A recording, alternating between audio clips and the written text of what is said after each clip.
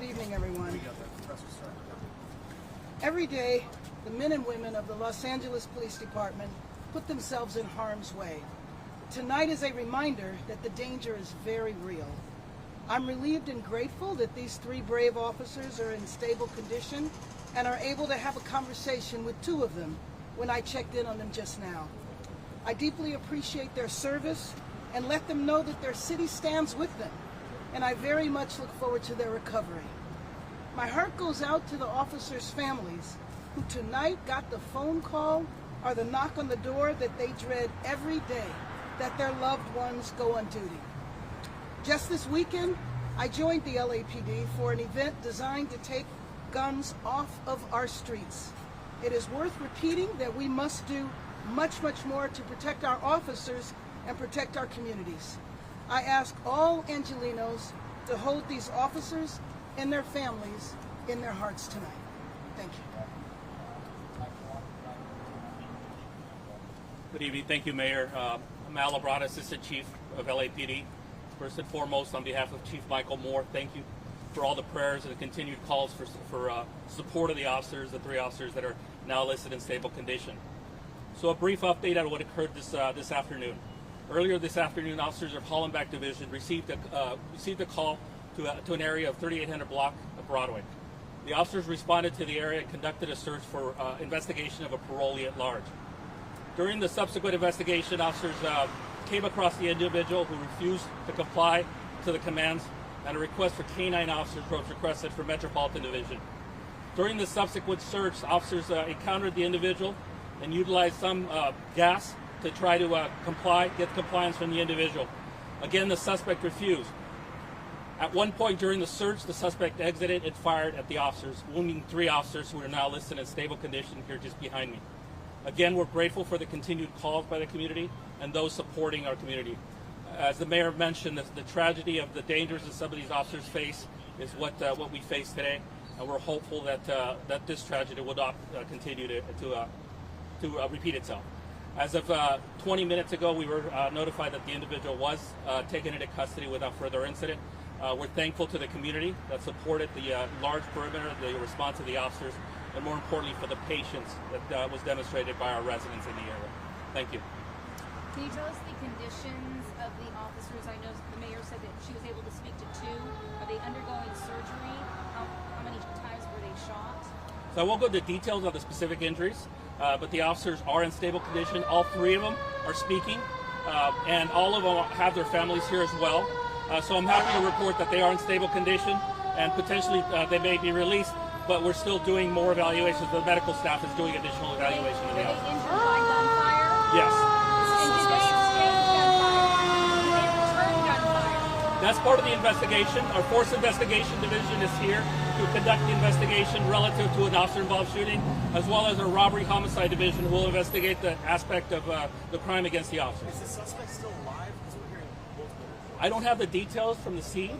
We were dealing with the officers' families, and I know they'll be providing additional details at the scene of the tactical operation shortly as well. So you don't know if any of them opened fire, returned fire? We do have officers that return fire, and the subject of that investigation with FID as to how many return fire, the number of rounds, is part of the investigation at this What can point. you tell us about the officers? Male, female, how long they've been on the force?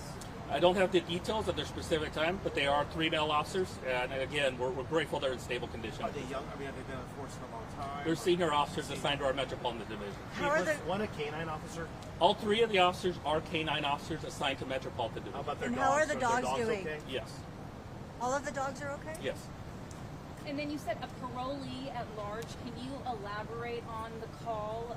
Was there a search warrant out for this person?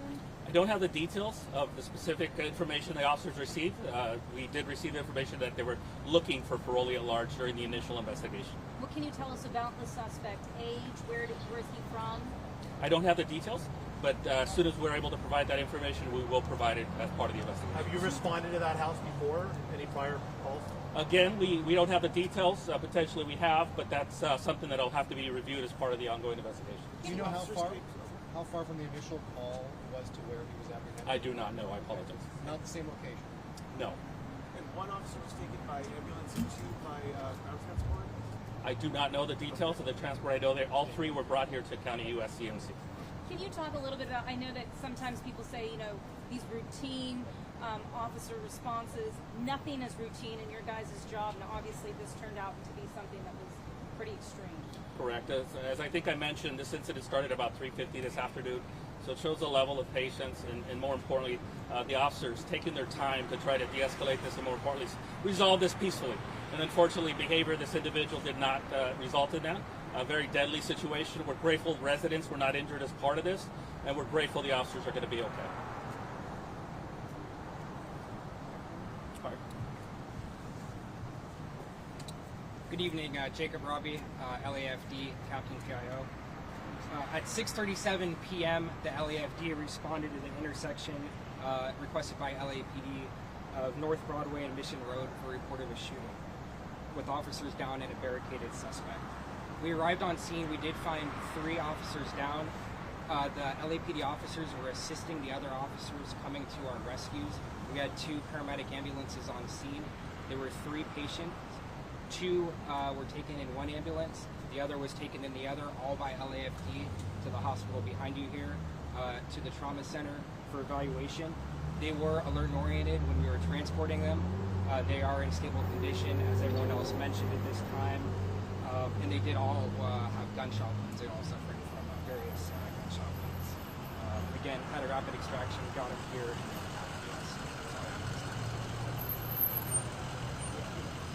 Councilman De Leon would like to say something. First of all, I want to thank Madam Mayor Karen Bass for her leadership, for coming here to County USC Medical Center to visit and to actually speak with the 3 officers who were injured and shot by this parolee today. Today has been a very busy day for LAPD.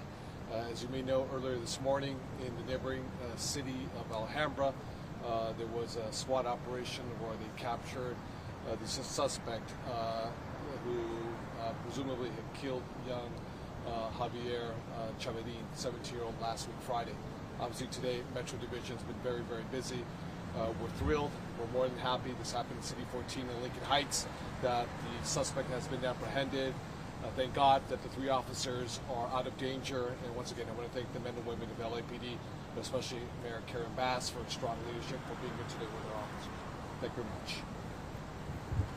Mayor Bass, I missed the very beginning. I don't know if you already sent a message to the families and also to, their colleagues. What would be your message to the LAPD and to the families that are... Well, I did speak with 2 of the officers. I haven't had an opportunity to speak with the families yet, but our crisis response team is here to provide the families with whatever support that they need. But my message to them is that we stand with them, is that our prayers, our hearts go out to them for their speedy recovery and also for the trauma that their families are facing right now. And we know that officers every day, when they go to work, that their families are left in fear, hoping that they won't get the phone call that these 3 families got tonight. Mayor, how do they seem to be doing emotionally, their families Oh, tonight? the 2 officers that I talked to are strong. Strong. The questions that they asked me was about their colleagues that were still out there looking for the suspect. So, like you would expect, they weren't concerned about themselves. They were concerned about their colleagues that they knew were still out in the field. It must have been something to see you come in and talk to them, to see the mayor come into the room and at this moment. So. Well, I don't know. I mean, I think that it was just important for me to be here. This is a place that's familiar to me. I used to work here in the emergency room in trauma. And so to go back to the emergency room now to try to bring comfort and support to officers was something that was very important and meaningful to me. Thank you. Thank you. I can provide a Spanish piece if you're ready.